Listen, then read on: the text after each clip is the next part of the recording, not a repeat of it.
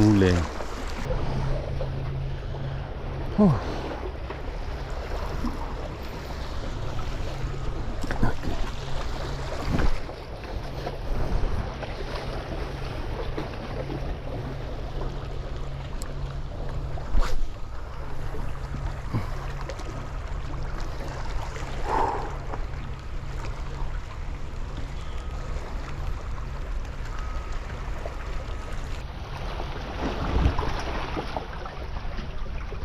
Oh, may nahuli tayo, Nura. You know? Oh. Oh, malaki. Ayan. Isa ito sa paborito kong isda. Kaya ikikip ko to. Masarap kasi itong ipaksiw. Oh, maanhok na oh.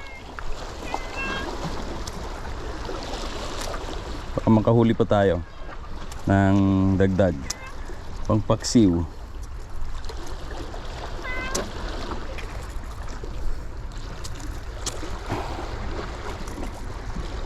Yan. Tapos yung pusa pa, gutom. Yan, plastic na natin. Baka unahan pa tayo ng pusa. Bira pa tayo. Tala dyan mura.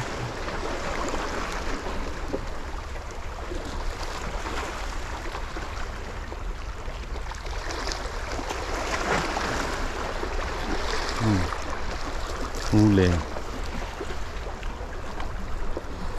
Diba? Makaipon tayo nito. Ano ba ibang pangalan nito mga idol? Maliban sa tinatawag kong Nura.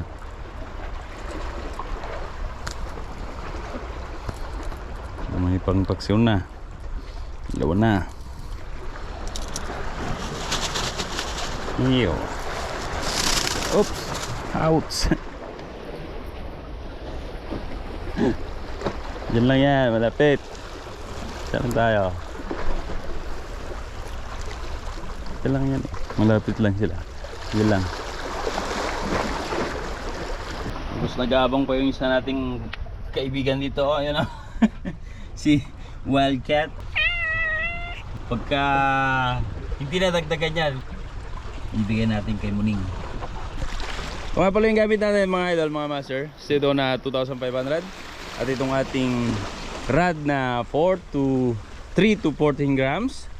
At gamit nating lure ay itong silver. At syempre itong ating line na nasa 16 pounds.